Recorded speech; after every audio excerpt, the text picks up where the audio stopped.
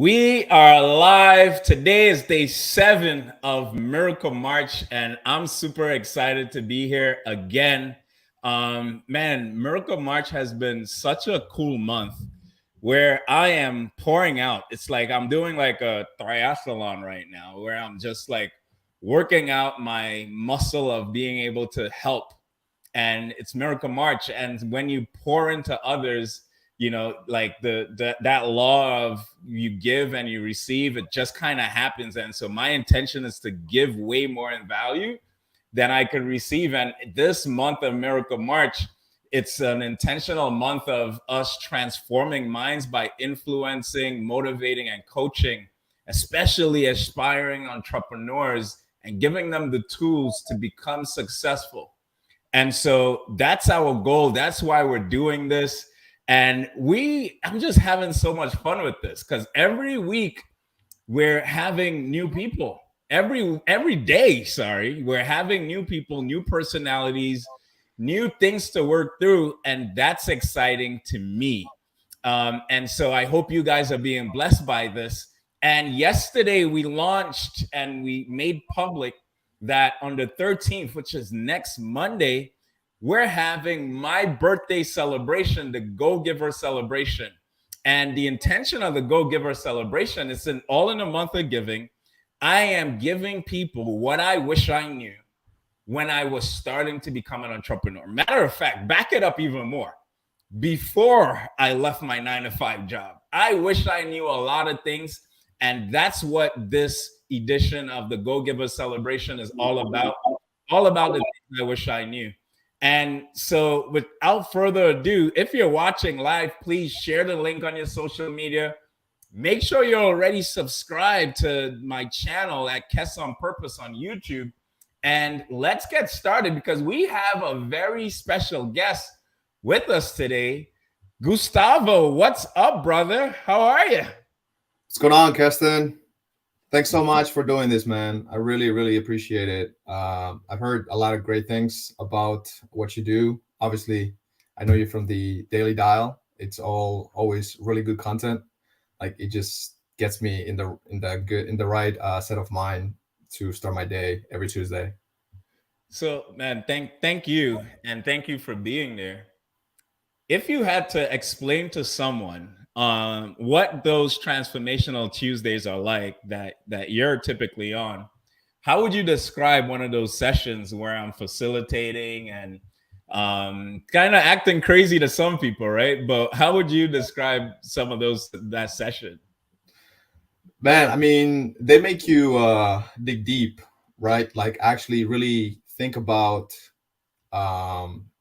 yourself and what drives you to do what you need to do, and also like finding the reason why you wake up every day, right, to actually do what you want to do. Because a lot of times people are motivated to do something for a little bit, but in those sessions, right, like you help us identify that thing that's going to make us go further than just motivation, right? Actually the real driver to push through when we actually encounter difficulties, right? Because a lot of people they're motivated for a few weeks, but then they encounter those difficulties and they stop. Right. So I think those are really good for anybody, really. It doesn't matter where you are in your business, right? It's always a good thing to have a reminder of why it is that you're doing what you're doing. Man, that's so true, dude. And that is my intention. And that's the reason why I actually started doing it, because before I would teach people sales and how to close a deal and all of that. But I started to realize that after I taught someone sales, they would then get caught up by their minds and wouldn't take action. Right. We had a guest on yesterday and she called it fake busy. And so you start to act fake busy, and it's because of some other things underneath in your mind that you're not addressing. And so once I started to see that, I said, man, I want to help these people take action, how to get over your own mind, how to hack your mind to be able to take action. And that's the reason why I started to transform my daily dial to transformational Tuesdays. So, brother, what questions do you have for me? Like, I dropped the link and I said, hey, if anyone wants a one on one, I'm doing this thing, Miracle March. And you were, I mean, it got booked up in like 3 minutes, but you got spot number 7 on day 7. What would you want to talk about today? Man, there's quite a few things. But before I do that, so I just had a meetup on with in Virginia a few days ago, and one of them said that they were actually doing your training. I think it's high performance Oh, cool. training, and they were just talking great things about it. So I was like, no, I need to take advantage of this. Just get it, just sign up. I try to sign up as soon as possible, and they actually the first spots were taken right away. But anyway, so what I want to talk about, I mean, so one of the things that I've been meaning to talk about was like that mental fog. Like for Mhm, me, I have a good job, mhm. and I feel like for a really long time, I've been very comfortable in the position that I'm in. But I'm tired of being comfortable, right? Like I actually wanna.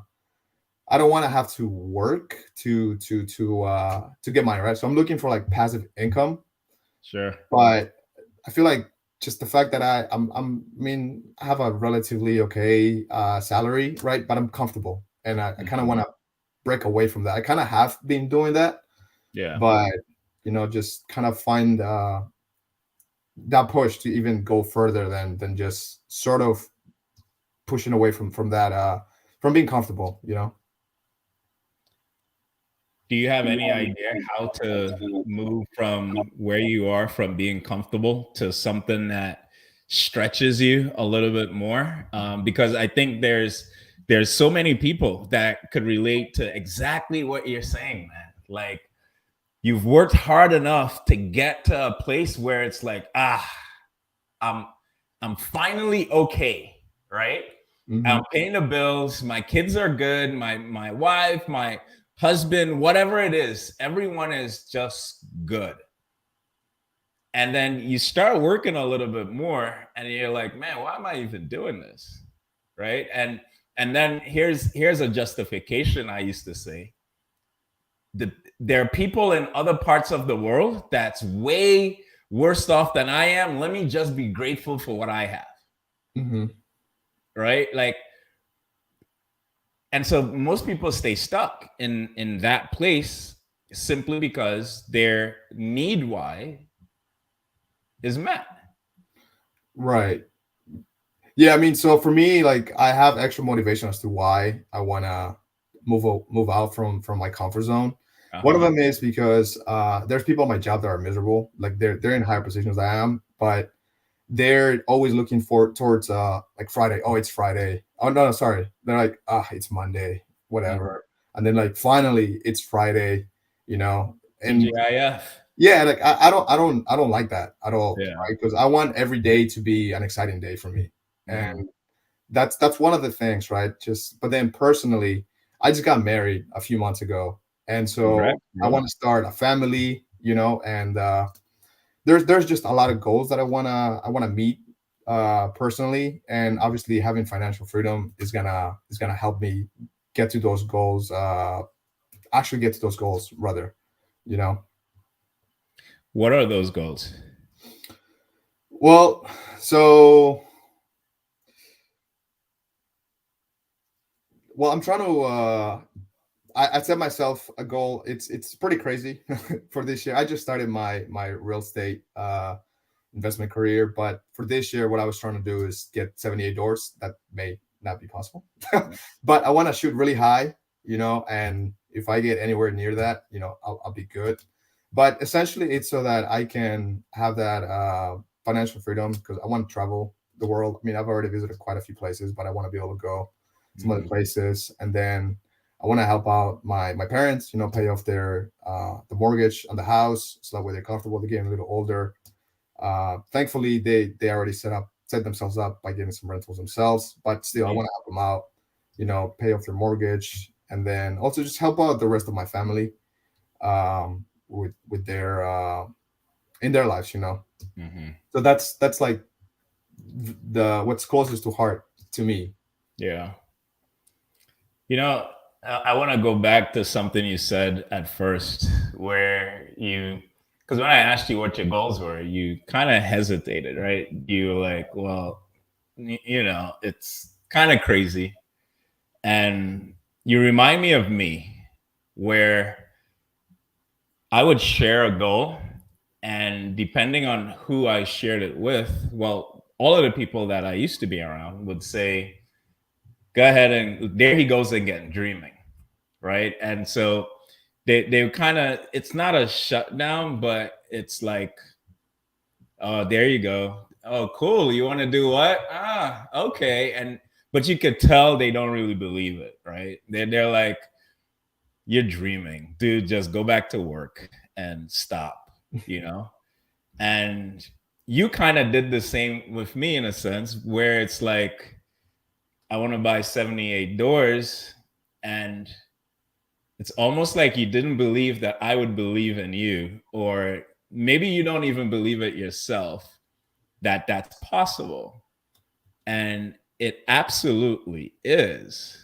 Because once I transitioned the people that I was around when I became an entrepreneur, all of a sudden my goals seemed like chicken scratch. It was like, I'm like, I want to go for $10,000 a month in the next 90 days. And the people that I'm around is like, dude, you should 10x that. That's too easy.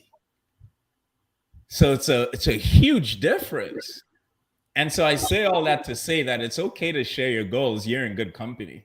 I'm going to encourage you that you can do it. You can, like 78 doors isn't crazy. It's not crazy at all. It's totally possible, and so you're in good company. I wanted to say that first. And Appreciate it. secondly, what's the plan to get there? And here's the other thing. Let me go back. Let's go before the plan, right? All of this has to be established before the plan. Now, and I want to say this in a way that it's understood, because it's not very popular. And this is my opinion. Now, you just shared that you want to do this to help your parents to pay off their mortgage and all those things. And I know that you really do. Here's the thing with that. They're already okay. They're not living at the side of the road. They're not living like their needs are already met. This is something that you want to do for you, but they have rental units, and so they're already kind of okay. But there's more that you want to do, because it's like, well, I'm the son. This is what I should do, kind of thing. And am I kind of reading that correctly? I'm also open to being corrected here. Well, I mean, sort of, right? Like, so when I say they have like a few rental properties right now, Sure. they're not like having a lavish lifestyle. Right. They're okay, but I'd rather have be more than okay. You know, just Exactly. not having to work at all. I mean, because they stay busy, but like Sure. there's always sometimes stressed out. I don't want it to be stressed because like I said, they are getting a little older where they're gonna have additional needs down the Mhm. road. I want to make sure that I'm set up, I'm ready to be able to take care of them in when once the time comes for them to once they're gonna get older. So I Yeah. want to make sure that because that a lot of times that also causes issues within families and everything. So I want to make sure that 100%. I want to be able to avoid all of that stuff. 100%, dude. When I met my wife, that was one of the things I told her. I'm like, yeah, our parents are getting older. We need to make enough money so that we don't have to worry about all of this crap, right? And so I 100% hear you. Here's my belief, though, because it's also my truth, is that if I was only working to bring them freedom, I would justify when the days got hard that they're also okay. Nobody's on the side of the road. Their needs are being met. Their needs, not the lavish lifestyle, but their needs. Gotcha. And so, from a motivation standpoint, it's awesome to do that for our parents. But is it going to keep me fired up when things are really hard? Those days when it's just like, man, entrepreneurship sucks. It don't get me. It does not fire me up, bro. Because I could justify that they're good. Gotcha. So you're pushing me for something bigger. I'm pushing you for something beyond, because those are me whys. Right. Those are whys of things that you just want to do, because it's not that it's egocentric, but it does make you feel really good that you could do that. Of course, yeah. I mean, yeah, it is selfish. It's Because you want to be able to say that. yeah, yeah. Me too. I have a goal to try to retire my parents. Not try. I have a goal that we will retire our parents this year. That's one of my goals this year. That's awesome. That's awesome. But it's not the main motivator. It's these steps as we go up to ultimately my goal is to affect and help transform 40,000 minds by the end of 2028. That's my goal. Being able to give and pour into people like yourself and others, new entrepreneurs, that's my goal. That's what I'm really after. When I am able to do that, guess what happens in the meantime? I'm able to help my family. I'm able to help everyone else. We're able to buy the house that we want, the cars that we want, all that type of stuff. But when it's hard for me, bro, I'm able to think about the millions of people that's counting on me to push through. And that gets me fired up. The people that I don't even know. Mm-hmm. Yeah.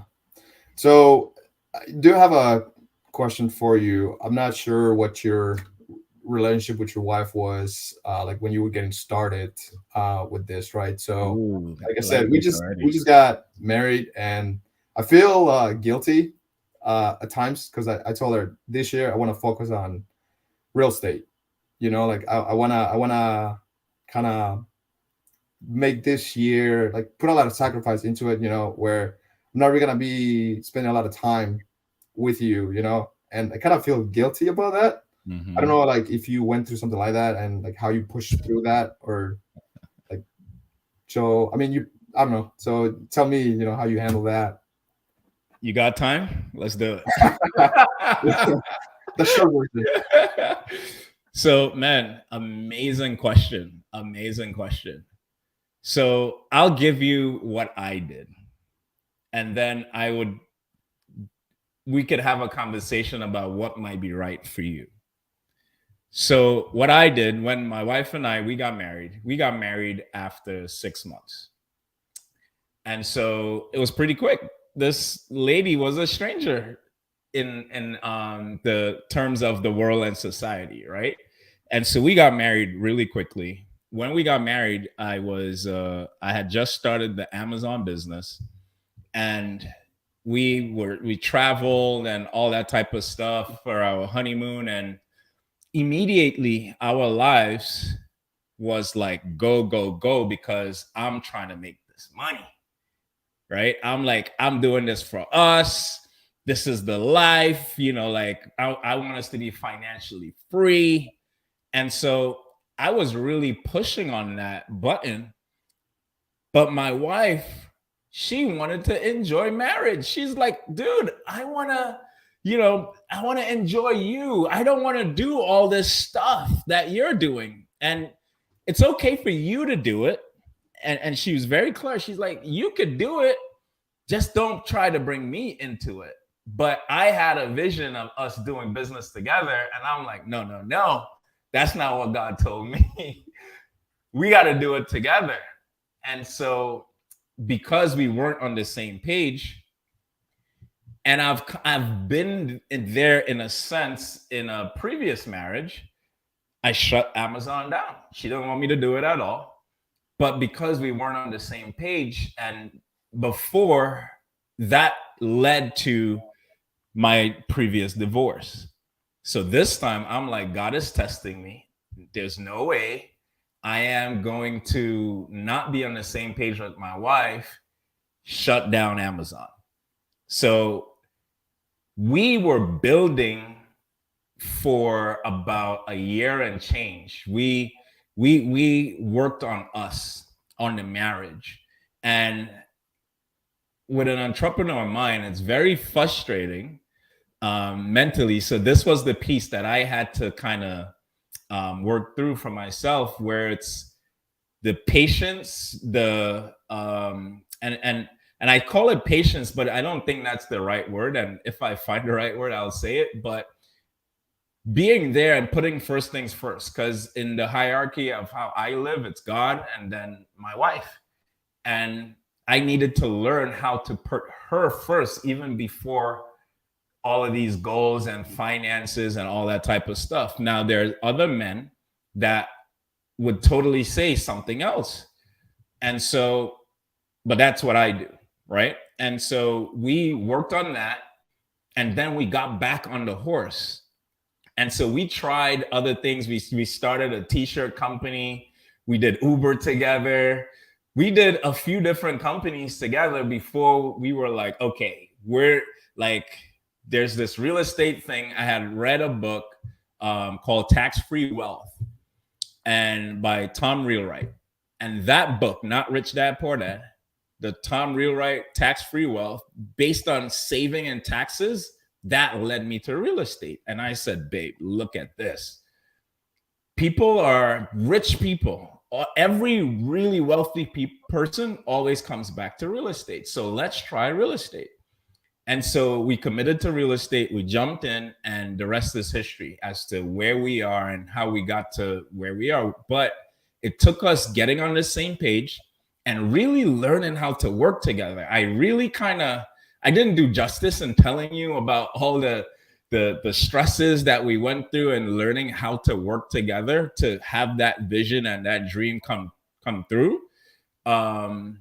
But it did take a lot of work, a whole lot of work, because I just kept holding that vision of us working together in a business to the forefront of my mind. Now, that's what I did. A lot of people are not willing to put their things aside to work on their marriage first. That's something that you're going to have to decide, because you said you feel like you're being selfish. You feel like, you said you feel like you're being selfish. And so tell me what you mean by that, because I think somewhere in my story, you'd be able to connect what I just said and what you're going through right now. I mean, so it's really just trying to find that balance, right? And also, obviously, trying to work it out with her where we're both involved in the business. Like right now, she's busy. She's an accountant, so she's really busy with taxes. Yeah. So, like, my intention is to bring her along at some point, and for us to do it together. So, Does she, is that her vision as well? I mean, we're discussing it, right? So we're talking about she's definitely on board with having financial freedom, right? Sure. She's her me why is also taking care of her mom, like, and so together we're gonna identify our we why, like our real purpose, like you mentioned, something that's gonna get us fired up even on the darkest hour, just to get us going all the time. So what I would say, brother, is to make sure that you guys are on the same page and understand what that looks like. Because although my wife and I, we everyone wants financial freedom, bro. Everyone. You could ask anyone, like, everyone wants financial freedom. How they get there is going to be very different. We could say, yeah, this real estate thing is cool, but when it comes down to what is necessary in real estate to do, there could be a lot of misunderstandings or things that wasn't communicated, and just like, yeah, no, this isn't what I was thinking about. Because my wife has a different mind than I do. And what I was trying to do is to turn her um, into an entrepreneur versus using the skills and talents that she has and how she processes things. Because I'm like, why don't you see this? I was trying to make her into a visionary. And Right. we had a lot of arguments because of me thinking, why don't you see this? How can you not? Blah, blah, blah. Versus using her talents and gifts in the ways that she is already naturally designed to be. Um, and so it's my leadership skills sucked before. It was not the best. And that's what got us to arguing a lot, because I was like, I'm a grinder. I know how to work hard. And so it's like, you got to work. Let's go. Right. Versus now that we have a business, it's like stepping back and dealing with the different personalities and all that type of stuff, wife included. How do you navigate these things without really it's a lot of growing, bro. A lot of growing and leadership skills that that I'm still working on, it. I have not mastered this art at all. But when it comes to the wife stuff, I would say just really make sure that you guys' vision are going in the same place. I'm not saying that she has to have the vision for the family. I'm saying that make sure that you guys' visions align. Like, oh, okay, we both want financial freedom. We both want to do it using this tool. It's up to you now as the visionary or the leader of the home, or maybe she's the visionary. I'm not sure. But regardless of who it is, we allow that person to now lead the pack and get like just play their role, do what they need to do, and you do what you need to do. But making sure that you guys are on the same page about how to get there is the most important thing. Right. Now, kind of coming back to what I told about, well, a lot of it's real estate, but for you, when did you, I don't know, did you start with multifamily from the beginning, or did you do like a lot of single family? Like what made you transition, and when did you feel like you're ready to go into like multifamily? And was there a mind shift in that as well? Or like, could you kind of go through that? There's always a mind shift, bro. Always. Yeah, no, we started in 2020, we started wholesaling. In 2021, we started buying single family properties. In 2022, we started with we did some multifamily. That's when we got into multifamily. And I always wanted to get into multifamily. I always kind of wanted that experience. And what I was doing while buying single family properties was I sat in a group, a Facebook group, and I was a fly on the wall for months. I didn't say anything. I just read. I was just reading the post every 2 to 3 months. I would go in and I'll just read and be like, man, this is cool. One day, one of the guys said, hey, we're having a meetup in Georgia. Does like who wants to go? And I'm like, crap, dude, I could go hang out with these guys and learn. So I took a day and I went and I hung out with these guys, not knowing anyone. I'm just like, I'm gonna do it anyway. And so when I went and I hung out with them, I started to share with them like what I was doing in multifamily. And they were like, dude, that not what I was doing in single family. And they were like, man, that's incredible. You bought all these properties using other people's money. They were like, man, you're great at raising capital and great with sales and talking to sellers. And so they started calling me to speak to their multifamily sellers. And so I'm like, okay, cool. I'm gonna give value. And then one day, one of the guys was like, dude, we got this 48 unit property on the contract. could you help us raise money? And I'm like, yeah, cool.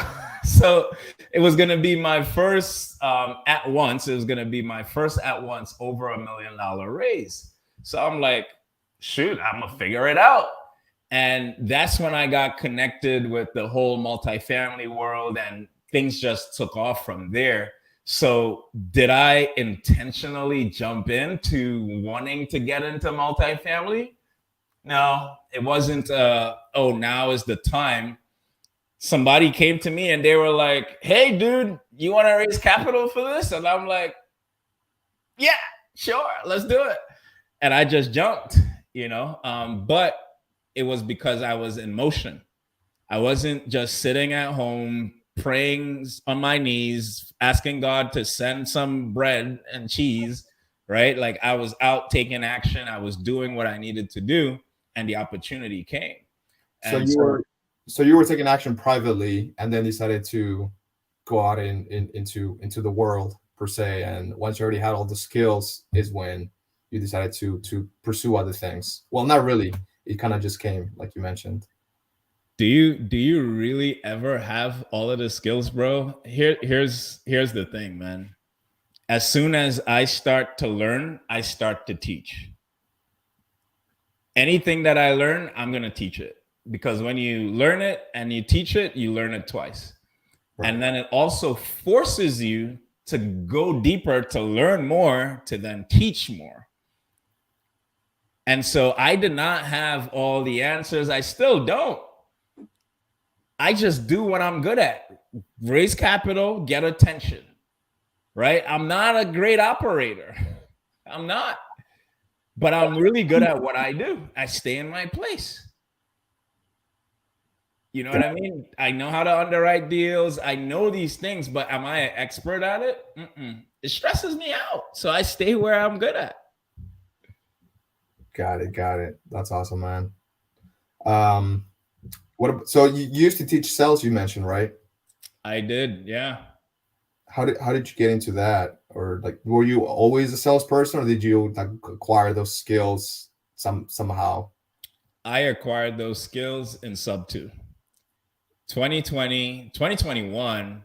And that's kind of how I got into sub two as well, because we were doing deals in 2020. We were doing wholesale deals, and the wholesale deals was cool, but I'm like, I don't want to keep working for a paycheck. What's the closest thing that could give me a paycheck, just like my job, my 9 to 5 job gave me a paycheck? It was passive income. And so I'm like, I want to be able to buy properties creatively. And my previous mentorship taught me creative financing, but I was not that good with sales, because I would go in and I would explain all of the mechanics as to how it works, and we could do this and that. And guess what? A confused mind always says no. And so that's what they said. No. They're like, this sounds good, but I'll pass. Then I started to watch some of Pace's videos, and I was like, babe, this dude, he kind of knows what he's talking about. Like, listen to him. And of course, she doesn't know. She's like, I don't hear what you hear. But we just spent 30 grand on that mentorship. Like, no, we're not joining another one, right? And I'm like, all right. And I let it go, but I kept watching Pace and listening to, like, he would post some of his calls on YouTube. And I'm like, no, this guy absolutely knows what he's talking about and how to do it. I can learn from him. I'm like, I'm sure if we go in, we'll be able to get all these deals. Finally convinced her and the team, got in, and I just binge watched. Like, dude, I'll be in the shower listening to Pace's seller calls. Like, I just listened to it like religiously over and over and over and over again, as well as reading the Sandler method, how to teach a kid how to ride a bicycle in a seminar. And I studied those things like not even like a doctor, dude. Like I was studying to be some kind of, something crazy, right? Um, and I just became really good at it because I was really, really, really learning it really well. And then we went from 1 to 21 properties in that 1 year, because of the sales skills. And it was like, why are you guys not getting this? I'm like, because now it's so in me. I can hear people talk, and I'm like, no, no, no, no, no, you're not doing it right. And so I started to teach sales because I had just learned it really well. Oh wow. Yeah, I've started watching all the videos. I did get impressed at some of the red sellers that come on and he's able to just calm him down. I'm like, whoa, that's Yeah, awesome. Yeah, it's that's amazing. yeah. Yeah, I'm definitely gonna be continuing watching that uh those videos. Yeah, I man. like the questions, man. Keep it coming. So so yeah, I'm definitely trying. So like I said, I'm starting out, right? And I'm trying to build my systems and everything. So I don't know, like what some of the things that you recommend for someone that's starting out to really get hit the road and like gain some traction. Like cuz I'm making calls right to like foreclosures and then also expired listings, but Mhm. I'm still looking for that first deal, right? So I don't know like if there's any type of recommendation that you have that could continue hit the ground running, you know. Absolutely. And you mightn't like this question, but the question that I have for you is, what is your goal? What 78 is doors, let's go. 78 78 doors? Cool. Is it going to be multifamily or single family? Single family. 78 doors, single family. Cool. Is it going to be um, all long term rentals or short term rentals? It's well, I had it thought as all long term. I mean, it'll be like wraps and long term rentals. Okay, awesome. So, how much do you want to cash flow per door? I have it all written down. $500 per door. $500 per door. So, let's calculate. Um, so 500 per door times 78, It's 30. that's $39,000 a month, right? Right. I love it. So, cool. Where do you want to buy these properties at? Well, right now I'm focusing in Northern Virginia, and once I start getting a few properties here, plan on going to like the Carolinas. Okay. How many properties you want in Virginia? I want to get at least 10. 10. Okay. Yeah, at first. So, okay, so now you were telling me about the types of lists that you wanted to call. What's those lists?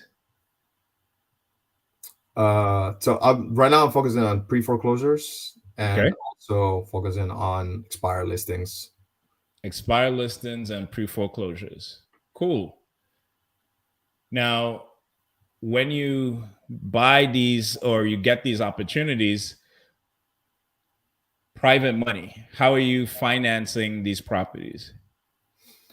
Uh, yeah, I'll get there. So I'm already talking to some other some two students that I'll be JVing with. Yep. Those that have more experience Yep. that can find me the private money, and so my plan is to get kind of hang on to them Mhm. for their private money. You know, go through the emotions with them, build relationships, and Yep. then once I get a few with them, go out on my own. You know, just see. First, I'll have them show me the ropes. You know Mhm. how everything is set up. You know what kind of systems they have and everything, and then Yeah. I plan on attracting money myself, right? Because now I Right. have credibility built with Yeah. the properties that I've acquired.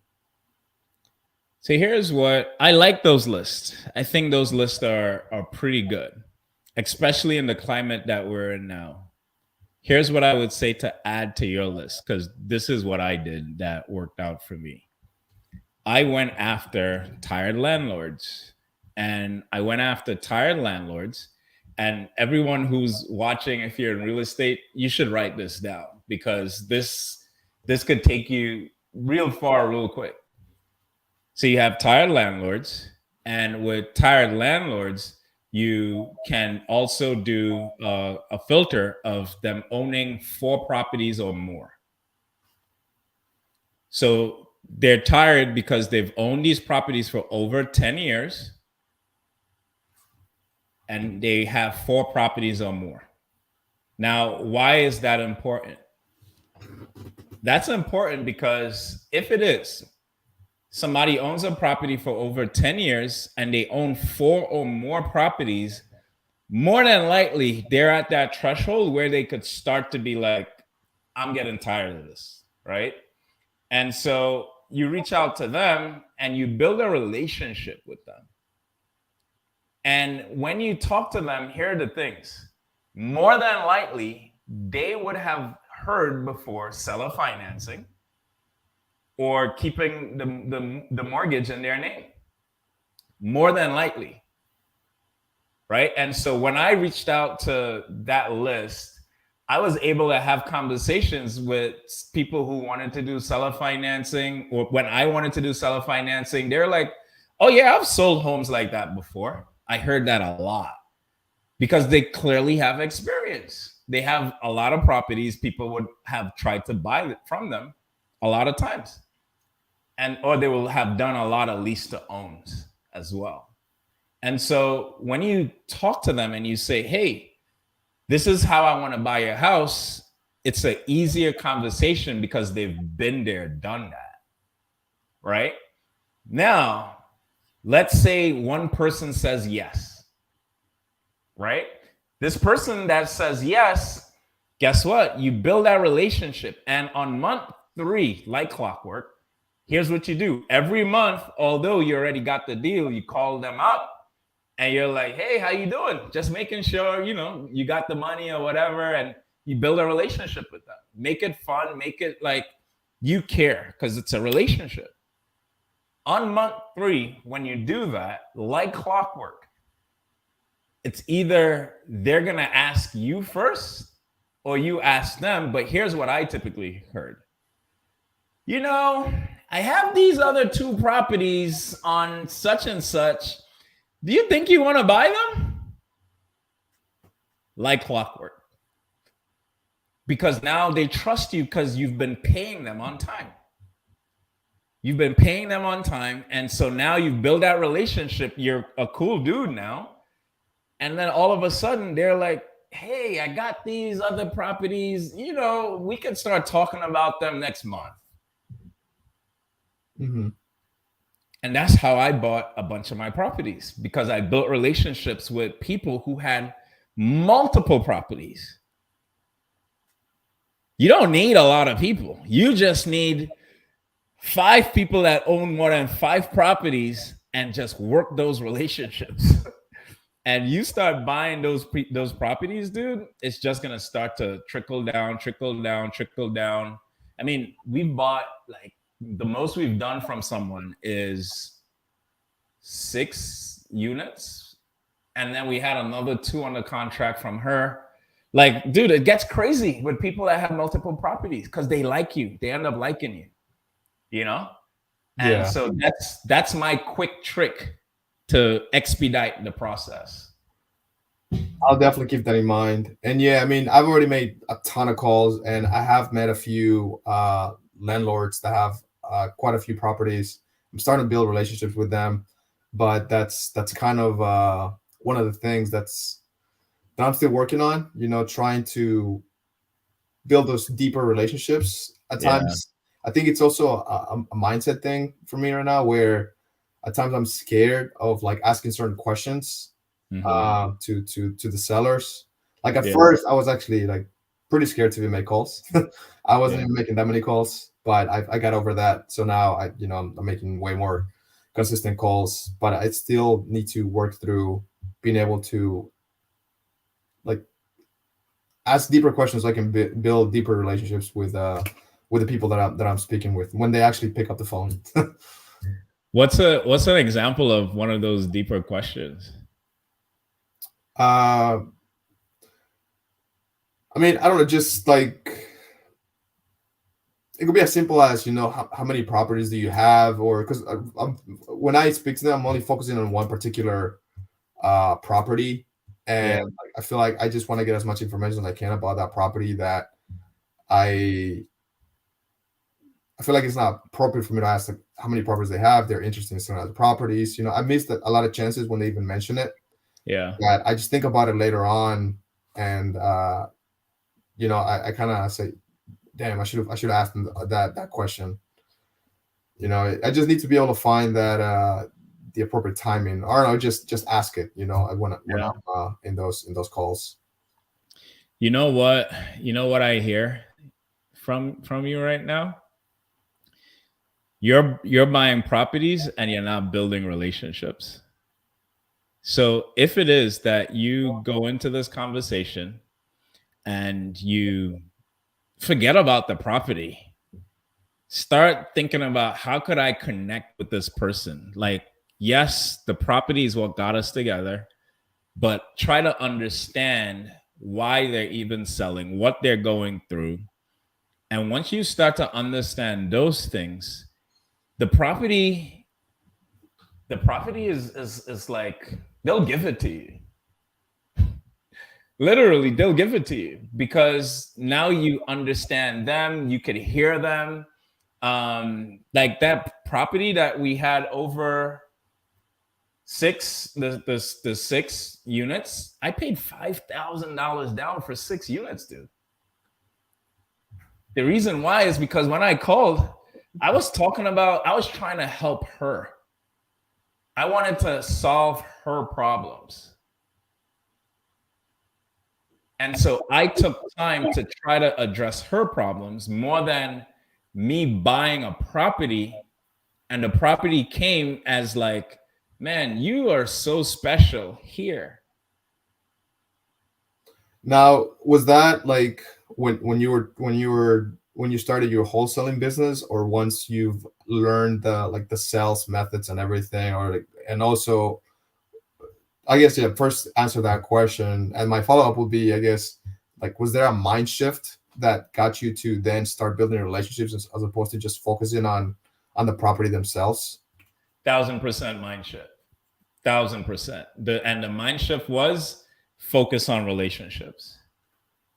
Because I mean, I'm just getting out of my 9 to 5. I'm trying to hustle, but everything I read, the podcasts I listen to, people are talking about this stupid relationship thing. And I'm like, man, that sounds like it takes so long. Like I just want deals now, you know? And so I had to back up and say, you know what? Let me just do what I'm being told to do by the experts. And that was my mindset shift, where it was like focus on the relationship, focus on the relationship. And so when I called and I was sincere in wanting to understand the seller, wanting to know like why they're selling, what they're going through, a few things about them that I could understand. Because when you collect the information, then you could paint a picture as to why your solution works for them in their world, not your world, in their world. Because when you could paint that picture back to a seller and they're like, I could totally see it. I could totally see the story that you just painted for me. Let's do this deal. And so when you focus on the relationship, you get to understand people. I would say I worked on both at the same time, where I shifted in thinking about relationships, but I also shifted in trying to understand sales, because sales was something that I thought was slimy. I'm not a salesman. The mindset shift was, Keston, you know a lot, but clearly you're stuck, bro. So start doing the things that wealthy people are doing. And one of the things that they were sharing was that you got to learn sales. Although I hated sales, hated it. But now it's like, okay, let me suck it up and let me try to understand this thing. but I'm a little obsessive when I learn something because I go all in. I have an obsessive personality. I'm like, I'm gonna learn this thing and I'm gonna be the best at it. And so I just became really good at sales. Gotcha. Yeah, I mean, I hear all the time. It just needs to click, right? That we should be going for the relationship. Don't worry about the house. But when you're actually in the trenches, right? Especially as you're Yeah. starting out, it's like that's what you hang on to, the property. Oh, the property. When especially when like they don't want to open up, because the line of question is not appropriate, or there's just sometimes where people just don't want to open up, you know. Yeah, And so definitely trying to work through that, and definitely think I'm like in the appropriate community for that, and absolutely. definitely also thank the fact that we have you on Tuesdays to be able to help us work through some stuff that we're always facing. Absolutely, man. And dude, understanding sales and building relationships, those two things are definitely things that I wish I knew even before leaving my 9 to 5 job, because I would have been so much further. Like, instead of just kind of trying to make it out of the rat race, I think when you understand sales, you'd be able to go so much further, so much faster, um, and be successful. So you're in a good position if you're able to look beyond where you believe you are in terms of the trenches and just apply it, and you would get out of the trenches a lot faster just applying some of the things that you've learned to be able to communicate with the person that you're wanting to buy a property from. Got it. So one other question for you. I don't know if you had already mentioned this in the past, but you mentioned that like before you quit your 9 to 5, that you actually started. I don't know if you said that you started being a more productive employee, that your employer actually wanted to keep or wanted to promote you. Yeah. But were you like not performing as well before you quit? And then once you were getting ready to quit, that's when you became even more high performing. And if that was the case where you weren't performing as well before, like what changed in your mind or wherever to make you just be more productive? Dude, I love these questions. Uh, so what happened is I hired a coach because I was hustling. I was hustling. We had all these t-shirt companies. We had a bunch of things going on, but I still felt stuck. I felt like I can't move forward doing all of these things. Like, I had no more time in my day to make more money. And I'm like, how are these people millionaires? I am busting my butt, but I just don't know how to be more productive. And so that caused me to hire a coach. And once I hired the coach and we went through like productivity, and I started to understand more things about myself, and this high performance coach guided me to have better productivity habits, how to be more focused. And so I started to apply those things at work. When I was at work, I was at work. When I went to work previously, I just showed up and kind of did some of the things that my boss told me to do, versus when you're trying to be focused and productive intentionally, even when you're done those things, I started to ask, hey, what else needs to be done? And started to look in the future. And when you start to look in the future at your 9 to 5 job, and you start to see opportunities and things that's missed, and you're cleaning things up, it's like, whoa, like, where did you come from? Right? Because before, all you did was what you were told, and what you're told is typically the things of the past. They want you to fix something that they've already seen.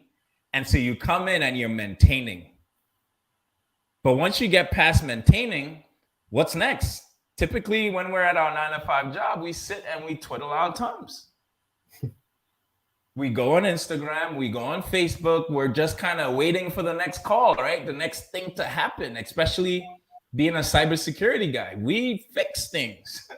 We try to, and there are things that we are proactive on. But and so when I started showing up and like I'm done my regular stuff, hey, here are some opportunities for some things that we could do.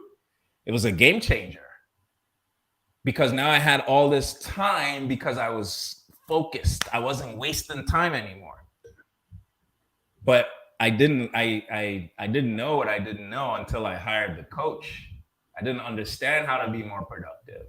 So that kept you more focused on your job. While you were at job, you were intentional, and then you also were more focused doing your other endeavors when you were doing those, and you were getting more results because of the focus you mentioned, right? Correct. 100%. Yeah. Were there like some techniques or something that you were utilizing to do that, or it was just a matter of like saying, all right, if I'm going to be at work, this is all I'm going to be focusing on? Or like what were some stuff that you were doing to get you there? Dude, there's a bunch of techniques. A bunch of techniques. And these are the things that I teach in my high performance coaching program because once I was able to figure these things out and start to see the results, I'm like, I got to teach this stuff. Again, I told you, once I learn something, I got to teach it. And so I paid to go get certified like my coach did, learned the things and got certified from her coach and jumped in. And that coach is Brandon Bouchard. And so I got certified by him because I'm like, everybody needs to learn and understand how to do this stuff, you know? And there's a ton of techniques. Now, I'm going to give you one before we wrap up so that and everyone that's listening could implement this now. And the first base thing, like this is the absolute base that you could do right now to get a crap ton of more time is disabling your notifications. As simple as that.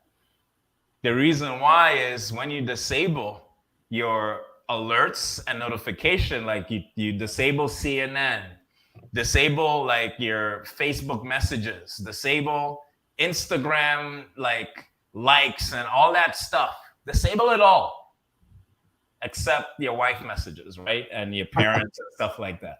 But disable it all. Because what happens is when you see that thing pop up on your screen, it grabs your attention away from what you're doing. Yep.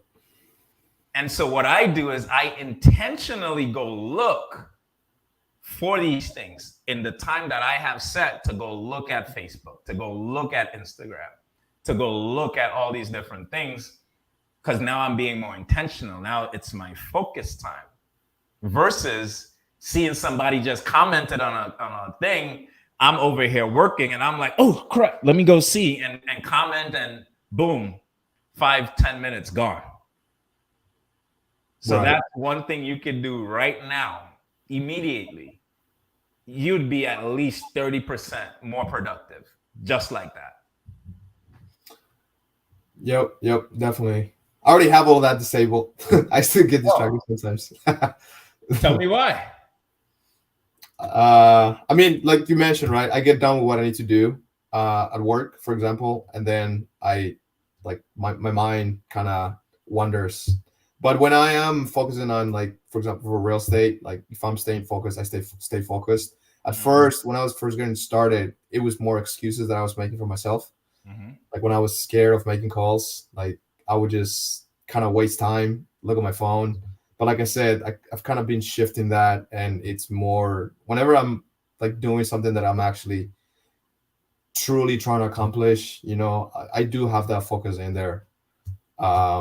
So I had learned before about that notifications. Actually, I shut them off a long time ago because I did notice exactly that that's actually their marketing technique. They want to keep you in there scrolling on Facebook, Instagram, whatever. Yeah, definitely. So do you know the next steps or the next things that you need to do? Because when you do the thing that let's say your task, and you got more time, do you know some of the next things that you could do, should do? Like, what does that look like?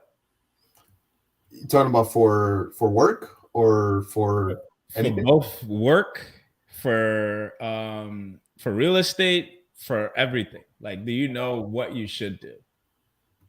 Uh, I mean, so I have a list of a lot of tasks that I've created, and so I usually have those things that I check off. Um, so I think so, but maybe I could be more targeted and I'm and not a huge fan of task. I'm not a huge fan of task. Task is just something that people use to give themselves a pat on the back, like, oh man, I just checked off like 5 things, but it may not be the main thing, right? what's your It's the big rocks. It's the what are the most important things that I need to do to move the needle forward, right? Because it's, like they talk about your time and what are your time is worth. And when you're starting to look at what your time is worth, you start working on more important things than things that you don't need to do. There's a bunch of things that you could just be like, it's a waste of time. So are you doing the most important things in your business that could actually move the needle forward at work, in real estate? And that takes you sitting down and looking at that. Like on my wall right here, I have things, the most important things I need to do in my businesses every day. Right. And so you got to come up with your own things that really move the needle forward. that makes And sense. not the things that make you feel good because it's like, oh yeah, I moved my shoes today. Right. Like that doesn't work. Right. Yeah, that makes total sense. Yep. I'll definitely Dude, start thinking about that. you've asked some phenomenal questions. Was this valuable for you? Hell yeah, man. Like I said at the beginning, I really appreciate you doing this. I mean, like you spending an hour with me, even this only scheduled for 30 minutes. So I truly appreciate it. And like you mentioned, time is very, very valuable. So thank you so much. I don't know if there's any way that I can give back to you. Just let me know. I can help out in any way. Here's what I would love, bro.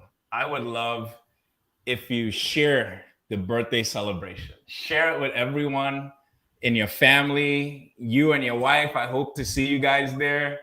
Share it with your like everyone. Like blast it all over your social media. Everyone that's listening, everyone that's on with us live, that's the biggest birthday gift that anyone could give to me right now is to just help me fill this room with 1,000 people next week, Monday.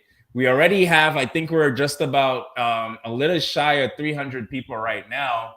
We need a lot more, 700 more to go. So let's get this room going and do that. And that'll be the best birthday gift you could ever give me, brother. All right, man. I'll try to share it with as many people as I can. Appreciate you, man. Appreciate you. Thanks for being here. I see people saying they registered already. A lot of Facebook users. Guys, Gustavo, bro, thank you so much for being here. This was an amazing session. He asked phenomenal questions and got a lot of value out of today and being able to ask those questions. And so now he has a better guide to be more successful faster. And this is the reason why having a mentor makes sense. A mentor helps you to not have to make the same mistakes. They collapse times, and I was just able to help him collapse time to be able to get to his 78 units a lot faster. Guys, day 7 is in the books of Miracle March, and we are building up to the 13th. On the 13th, it's going to be 1,000 people in the room where we're going to be giving back so much value. Like, I'm super excited. If you've ever been on a Zoom with me and have experienced what I do on these Zooms, get ready because I'm going to 10x that. I'm coming in so hot on the 13th. I'm super excited about it. And thank you guys for being here. Thank you guys for sharing the link. Thank you for liking and subscribing. I really appreciate that, and you all being here. Tomorrow, we have another guest, and we'll be here at the same time at 4 p.m. I look forward to seeing you. Peace and love. Catch you tomorrow. Bye.